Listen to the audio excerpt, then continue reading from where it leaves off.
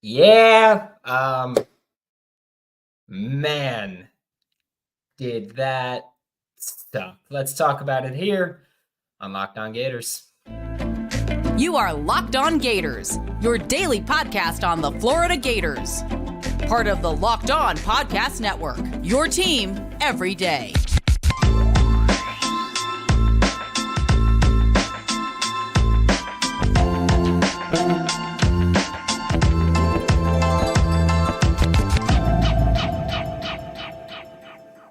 Hello, and welcome back to another episode of Locked On Gators, part of the Locked On Podcast and Network, your team every day, win or lose, unfortunately. Welcome back to another episode of Locked On Gators, part of the Locked On Podcast Network, your team every day, available daily and free wherever you listen to the podcast and on YouTube. Like if you're watching this live stream now, it's on YouTube. Congrats. Unhappy Saturday. I am Brandon Olsen. Find me on Twitter at WNS_Brandon. Find all my written work with Giants Country, NFL 33, especially if you're into the NFL Combine. Giants Country every day, right? And basically winners and losers from that. Speaking of losers, the Florida Gators men's basketball team lost to the South Carolina Gamecocks today. It's one of those things where the Florida Gators are physically incapable of going into a game or going into half with a lead and finishing the game with a win. It's honestly impressive. The subtext group, you subtext insiders, if you want to be a part of that, go to joinsubtext.com/LockedOnGators. Those listeners, that group, they know the frustration here. We were having a fun conversation with a few of them. Q, you're one of them. Zach, Scott, a lot of y'all. That it was just, it just sucked, and it's so frustrating to watch Florida. Every time a team makes any change defensively, Florida just can't handle it. Also, I'm watching the NFL Combine right now, and I think because so many quarterbacks were not willing to throw at these workouts, we're seeing Trace McSorley and Kellen Mond throw passes to these guys now. Just a wild thing to see. It was not expecting that one. But every time the team changes their defense, Florida just has no answers. And it's the 1-3-1 zone. It's looking at the full court trap. Anytime Florida goes up against a full court trap, they're just screwed. Like the Vanderbilt game last week or 2 weeks ago. They went to the full court trap in that second half, and Florida just kept turning the ball over. And this time you look at the zone and Florida, Walter Payton Jr. turned the ball. He had 6 turnovers in this game. 6. Like, it was ridiculous. Riley Kugel got some more playing time than we've seen in recent weeks, and it was good. He was one of the few players that actually made shots from 3, and that's a big plus always. Walter Payton shot well, but when it came to actually being the ball handler, it was bad. There's no other way to put that. It was just atrocious. He had 6 turnovers to just 2 assists. Offensive rebounding in the second half, once South Carolina went to that zone, Florida did nothing on the offensive boards up until the final minute. Florida had no offensive rebounds in the second half, and then Will Richard got one and immediately threw the ball out of bounds. It was just a train wreck. And it's amazing to me that every single time Florida faces a zone or full court trap, they just piss down their legs. That's all they do. And all that tells me is that when we look at March Madness, the NCAA tournament, they're screwed. Because that you're going up against good teams. Like, you went up against a good South Carolina team today. And I'm not mad that you lost the game. I'm mad in the fashion that you lost the game. Like, going into this game, I was not expecting Florida to go into South Carolina and win that game. I was expecting you to put up at least a respectable performance in the second half. Giving up 51 in the second half is embarrassing. And I get it. Some of that was because of you fouling and free throws. I understand that. You still gave up what? Let's be generous, okay? Florida gave up what? 44 without the free throws, the intentional foul free throws. Is anybody cool with that? Like, I know I'm not, and I get it. South Carolina, they made some threes that you can kind of just hang your hat and go, all right, man, like, I don't know what you want to do there. Because it was just like they banged some threes, South Carolina. It was right in the final few minutes that he was shooting like NBA threes, and they were just draining. And I understand that, but also here's a wild concept to cover him. But Florida it's embarrassing to watch them just be completely unable to break a zone, especially when you consider the shooters that are on this roster. Like you looked at Will Richard, who, by the way, barely even shot the ball today. It was just no aggression there. But you look at Will Richard, you look at Micah Hanlogton has to be more willing to shoot threes. Like that's just the point that we're at, where you have to be more willing to shoot threes. You got to be able to just pull it out, because when you face any zone, really, the way that you beat them is by shooting threes. Like, make them play man, and then they have to adjust and cover everybody on the perimeter. You just 5-out it. And Walter Clayton Jr. shot well from three, could not handle the ball against the zone. He had like 3 turnovers in the span of 2 minutes or some crap like that. It was ridiculous. Zion Poulin, I mean, he shot 1 for 1 from three. And it was an insane three, too. It was like, as the shot clock was going down, it was a deep three, just kind of heaved it. And during which, again, he heaved it. That's what it was, a heave. I'm not going to go out here and go, that was pure skill. But it's just like, you have to be able to beat the zone. Riley Kugel, multiple times when South Carolina was going with that zone, in the corner, the key was there. When he got the ball, he drained the three, but did not get the ball enough towards the end there. When again, it was a 1-3-1 zone that you really just had no answers for. So for me, I just look at that game as just, it's foreshadowing, I want to say, because you look at the Vanderbilt game, like I mentioned a couple weeks ago, couldn't beat that full court trap. You just started crumbling. You look at this game against South Carolina, the 1-3-1 zone. You look at any game where a team's been like, all right, we're going to start man and then shift his zone. And Florida just has no answer. Yeah, Lamont Paris did call the 1-3-1 at a crucial time. And Florida folded. That's what they did. They folded. That's the only way to answer. Like Florida was like, oh, crap, a 1-3-1 zone. I'm just going to shut off now. And it was embarrassing to see. We are going to talk about this game, unfortunately, still a little bit more.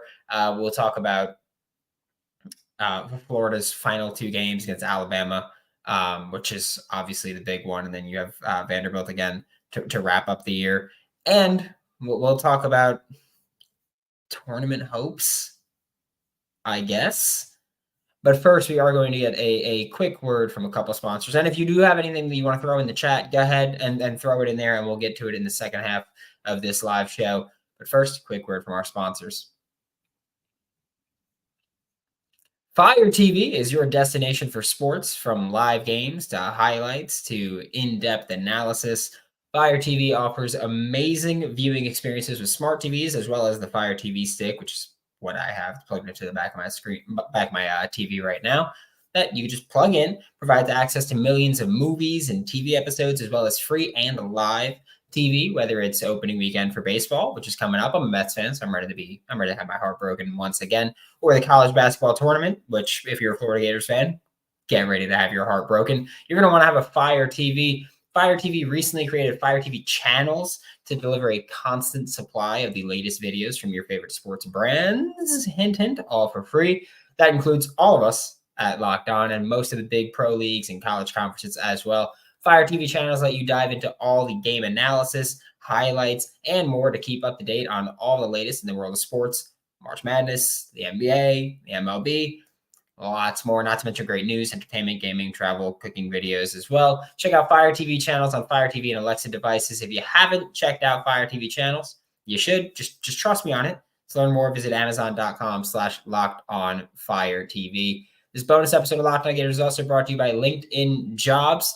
When you're hiring for your small business SEC program that's looking for a second offensive line coach, that's why you have to check out LinkedIn Jobs. LinkedIn Jobs has the tools to help find the right professionals for your team faster And for free, LinkedIn isn't just some other job board. They have a vast network of more than a billion with a B, professionals, which makes it the best place to hire. And it gives you access to professionals that you can't find anywhere else, like Jamison Vest, who's friend of the pod, Toledo kicker that came on to talk about Joe Houston when he got hired.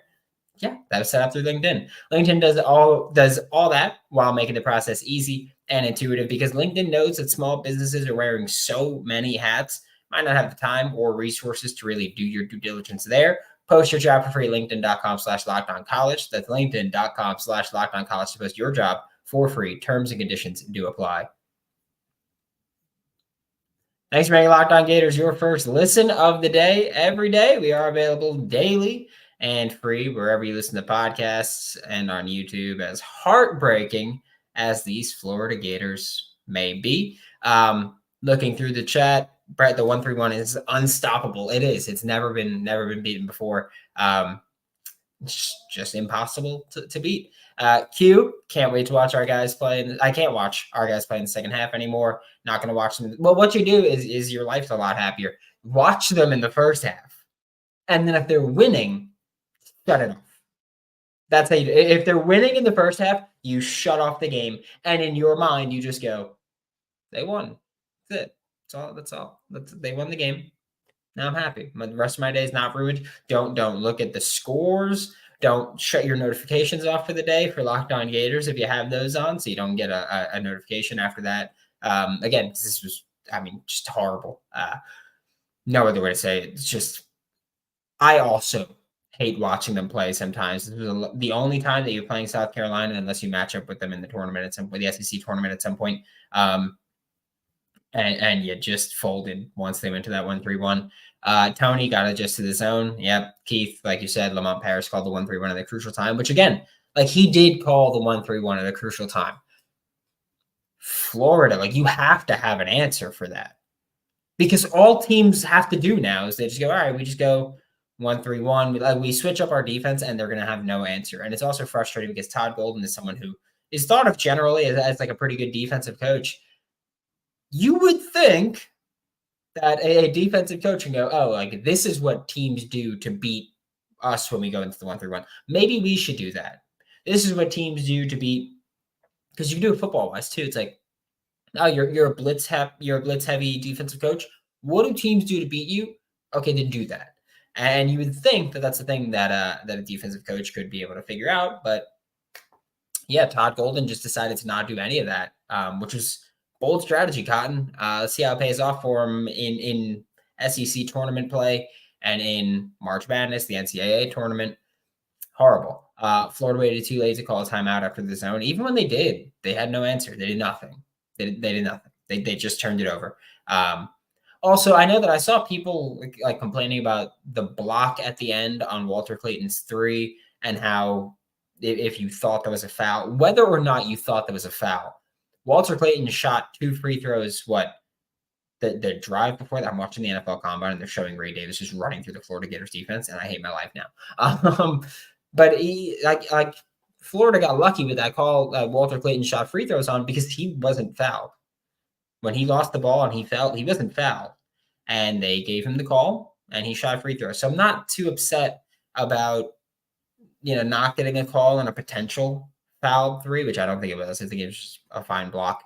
I feel like if you block it and then touch someone's hand, I don't care about it, because you didn't impact the shot by hitting his hand. You impacted the shot by blocking that thing.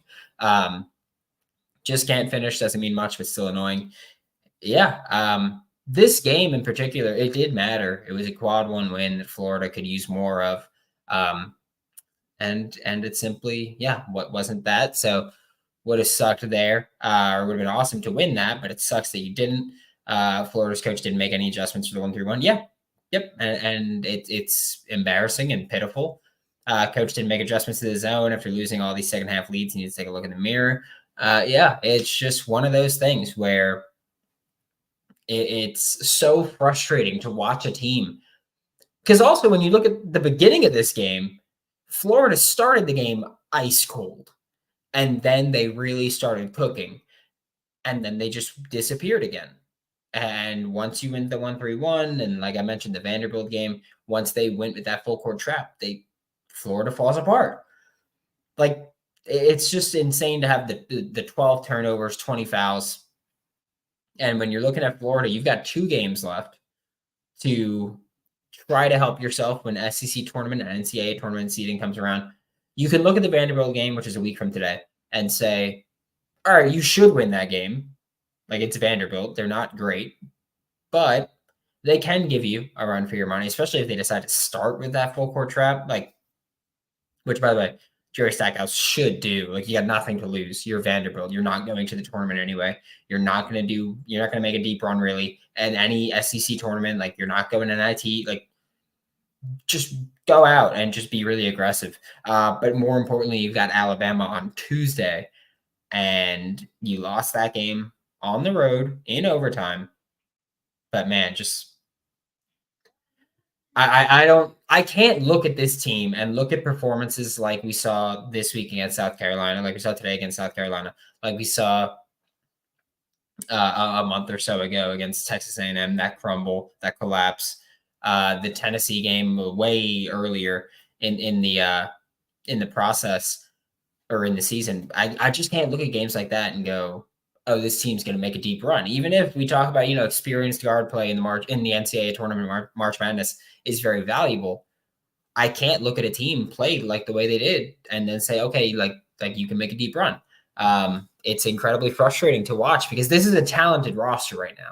It's just they're not living up to it right now. And Todd Golden did a great job of bringing this roster together and building this roster, but you have to be able and willing to make adjustments late, and they're just not. And it's, I think, indicative of where Florida's going to wind up when we talk about March Madness and even the SEC tournament. It's incredibly frustrating, but thank you so much for making Locked On Gators your first listen of the day. Every day, we are available daily and free wherever you listen to the podcast and on YouTube. We'll be back Monday, talk more Florida Gators, unless there's big news tomorrow. But for Locked On Gators, I'm Brandon Olsen. Don't forget to follow me on Twitter, WNS_Brandon. Find all my written work with Giants Country and NFL 33, and I'll see you all next time.